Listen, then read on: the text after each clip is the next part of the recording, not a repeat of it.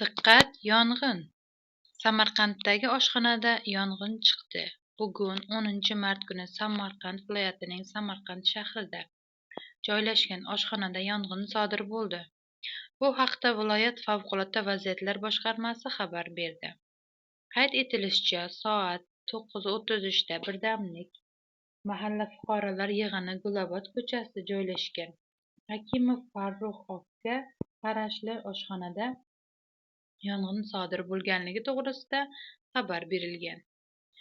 Bunga ko'ra, 3 ta yong'in qutqaruv ekipajlari jalb qilinib, voqea joyiga soat 9:36 da yetib borib, soat 10:10 da yong'in to'liq bartaraf etilgan.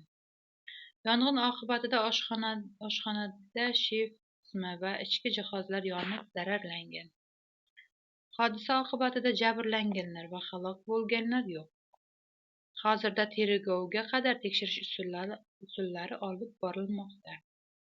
Yong'inning kelib chiqish sababi aniqlanmoqda.